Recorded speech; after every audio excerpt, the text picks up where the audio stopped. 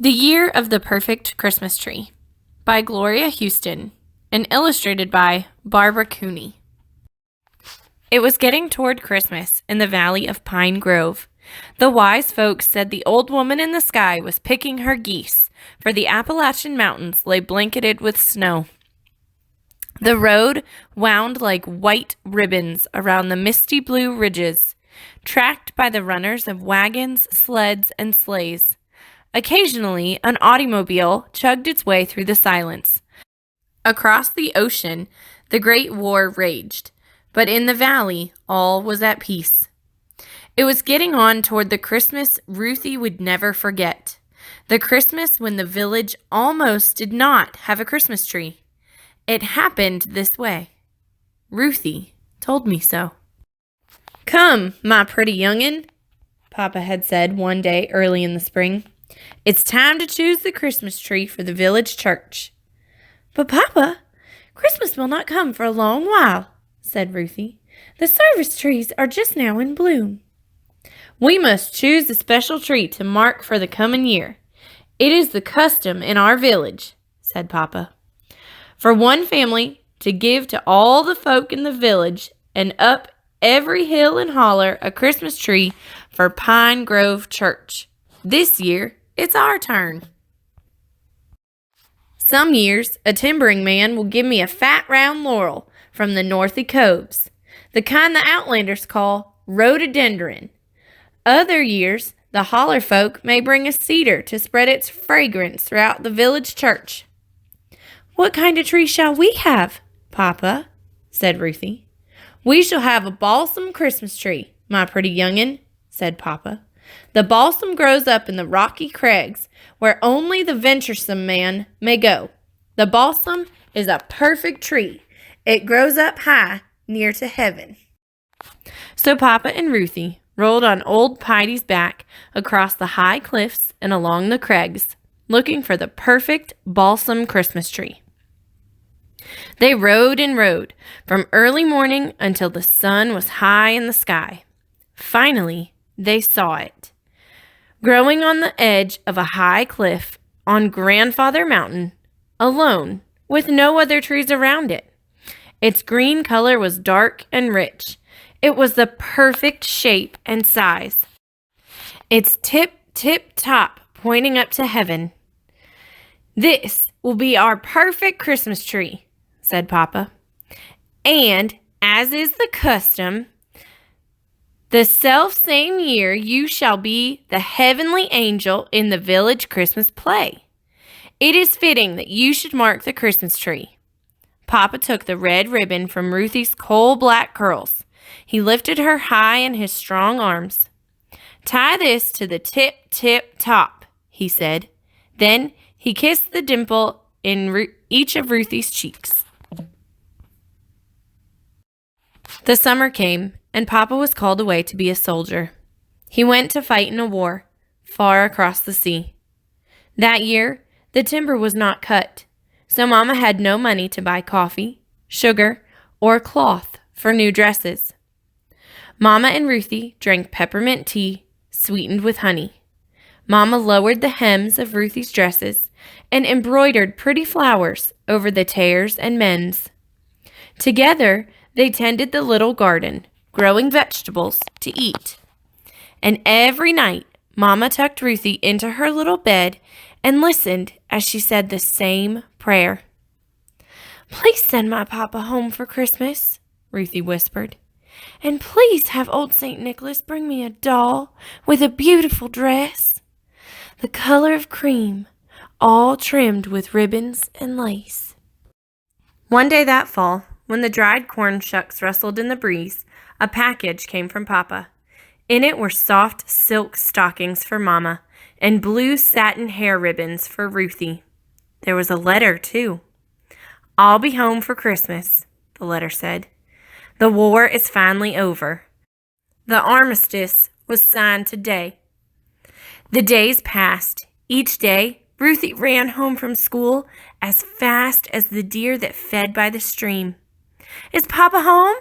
she called as she ran up the steps. But every day, Mama said, "Not today. maybe tomorrow. He will come on the Tweetsie train. The days passed. Ruthie listened for the squeaky whistle of the little train the mountain folk called Tweetsie as it chugged through the valley and up the mountainside. One day, Mama and Ruthie harnessed old Piety to the sled and went to the station in Pinola. But when the other men from the village stepped down from the train, Papa was not with them. Soon, there was only one more day until Christmas Eve. Over at the school, Miss Jenny and her pupils were practicing the Christmas play. The children sang the Appalachian lullaby, "Jesus, Jesus, rest your head, you've got a manger bed." Miss Jenny chose the boy and girl who would be Mary and Joseph. Then she called Ruthie's name. "This year you shall be the heavenly angel," Miss Jenny said. "This is the year your papa will give the church its Christmas tree." Miss Jenny helped Ruthie climb up to stand on the teacher's chair so it would look as if she were up high in the sky. Miss Jenny showed her how to hold her arms just so. "If you wear a dress with great big sleeves," Miss Jenny said, "it will look like you have wings." "Mama, Mama," said Ruthie as she ran up the front steps that day, "I must have a new dress with great big sleeves. I'm going to be the heavenly angel when Papa gives the Christmas tree."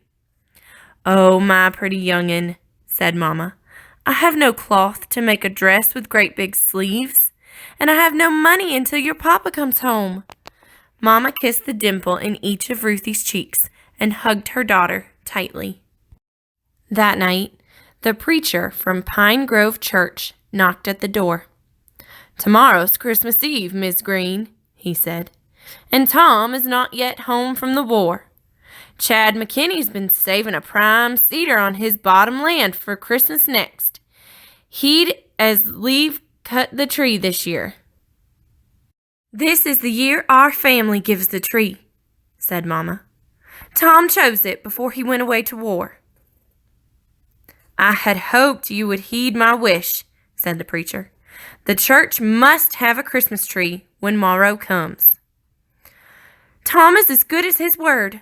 Our family will give the tree this year," said Mama. Late that night, Mama wakened Ruthie. They dressed in their warm coats, hats, and mittens. Mama hitched old Piety to the big sled Papa used to haul fire logs down from the ridges. The moon shone silver as Mama and Ruthie made their way up the hill. Ruthie carried the lantern. As they came to the dark woods, the winter moon made strange shadows on the snow. "Mama, I'm afraid," said Ruthie. "No need to be afraid," said Mama. "We're off to get the perfect balsam Christmas tree." Mama began to sing. "I wonder as I wander out under the sky." Ruthie joined in the song. Soon, she forgot to be afraid. Mama and Ruthie led old Piety and the sled up the hills and across the ridges, but they could not find the perfect balsam. "Papa says the balsam grows high on the rocky crags up near heaven, where only a venturesome man will go," said Ruthie. "The rocky crag?" said Mama. "We have a long climb ahead." Slowly, they led old Piety along the ridge to the highest crag on Grandfather Mountain. They could see the village sleeping in the valley far below. Finally, at the edge of the highest cliff, they saw the balsam standing alone. "There it is, Mama!" Ruthie cried. "See, there's my ribbon bow tied to the tip-tip-top." Ruthie ran up the rocky crag as Mama and old Piety followed. The blade of Papa's axe shone in the moonlight as Mama lifted it high. Thwack! Crack!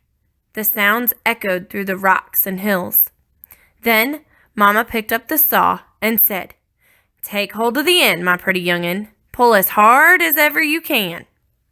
Mama pulled, Ruthie pulled. Pull, pull. Back and forth until the perfect balsam Christmas tree fell softly into the snow.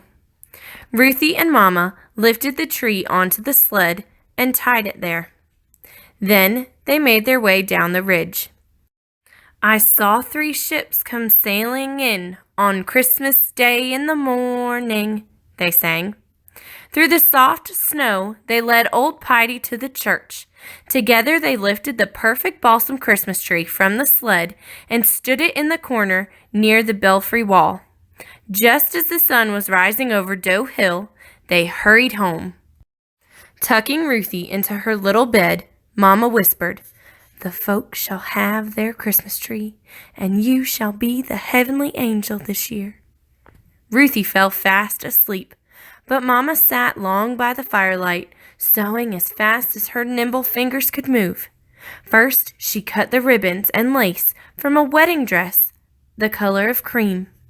From it, she fashioned a smaller dress with flowing sleeves.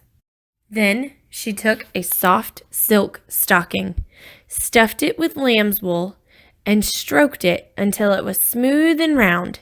She embroidered it with 2 blue eyes, little black curls, and made a dimple in each cheek. From the scraps of Ruthie's dress, she made a tiny dress just like it, all trimmed with ribbons and lace.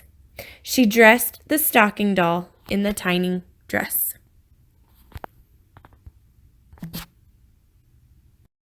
The sun was high in the winter sky when a knock came at the door. "Good Christmas Eve, Preacher Allis," Mama said. "Do come in and spell yourself." "Did you hear the news about the Christmas tree?" the preacher said. "A wondrous balsam from up high in the crags was found on belfry porch this morning." Do tell, what a wonder," Mama said. "And that's not all. It's being told hereabouts that folks who live up in the holler heard the angels singing high up on the ridge late into the night. And they were singing Christmas songs," said Preacher Allis. Ruthie hid her face in Mama's patchwork quilt so the preacher would not hear her laugh. Daylight was fading when Mama helped Ruthie into the prettiest dress Ruthie had ever seen. It was made of the softest silk, the color of cream, all trimmed with ribbons and lace. It had long flowing sleeves. "If you hold your arms just so," said Mama, "it will look like you have wings." At the church, the ladies of the valley had decorated the perfect balsam Christmas tree. Reflections of the tiny red candles in their shiny holders fastened to the tips of the branches shone in the windows. Tied to the lower branches of the tree were presents wrapped in pretty paper. On the tip top was a tiny angel. The sexton rang the bell. From up and down the river road and from all the hills and hollers, the folk were coming to celebrate the Christmas tree. A choir of children sat by the organ. The 3 kings waited outside the belfry door. Behind the bedsheet curtains, Mama helped the little Mary put her doll to bed in the manger straw. Ruthie climbed up and stood on the preacher's big chair. The ladies pushed the bedsheet curtains back. Ruthie could see herself in the dark church windows. She was careful to hold her arms just so. In her beautiful dress, it looked as if she had wings. "Behold, I bring you good tidings of great joy," said Ruthie, the heavenly angel. When the program was over, Ruthie went to sit with Mama on the front pew. Mama held her close. Then the 3 kings came walking down the aisle, carrying lard pails filled with the Christmas treats. Each bag contained a soft peppermint stick, some chocolate drops, an orange, and some hazelnuts. Behind the 3 kings walked old St. Nicholas. He carried his toe sack goodie bag with him. Old St. Nick visited the Amen corner first. He gave each of the deacons a lump of coal or a willow switch. The folk in the church laughed. Then, to all the children who had misbehaved, old St. Nick gave a willow switch or a lump of coal as well. Ruthie had been good that year, so she got a treat instead. At last it was time to call the names on the presents tied to the tree. Every child in the church received a present. Everyone, that is, except Ruthie. A tear slipped down into the dimple on her cheek. Then one of the kings reached to the tip top of the perfect balsam Christmas tree. He lifted the tiny angel down. "Why, Ruthie," said old St. Nick, "this tiny angel looks just like you." And it did. The tiny angel was wearing a dress just like Ruthie's. It was made of the softest silk, the color of cream. It was trimmed with ribbons and lace. The sleeves were long and flowing, and it looked as if she had wings. The angel's curls were as black as coal, and she had a dimple in each cheek.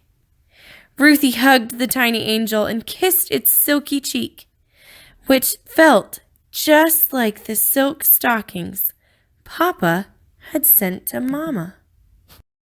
The preacher said the benediction, and St. Nicholas wished to one and all a happy Christmas. Slowly, the people began leaving the church. Mama and Ruthie walked out the belfry door. St. Nicholas was standing there. A man in an army uniform stood beside him. "And here is another present for you, Ruthie," said St. Nicholas. But Ruthie was so busy looking at the tiny angel that she did not notice until strong arms picked her up. "Let me look at you, my pretty young'un," said Papa's voice. And he hugged Ruthie, Mama, and the tiny angel, all at the same time. The village folk gathered around the church steps. Someone from the village began to sing, "Silent night, holy night, all is calm, all is bright." The folk in the village joined in, but Papa, Mama, Ruthie, and the tiny angel hardly heard.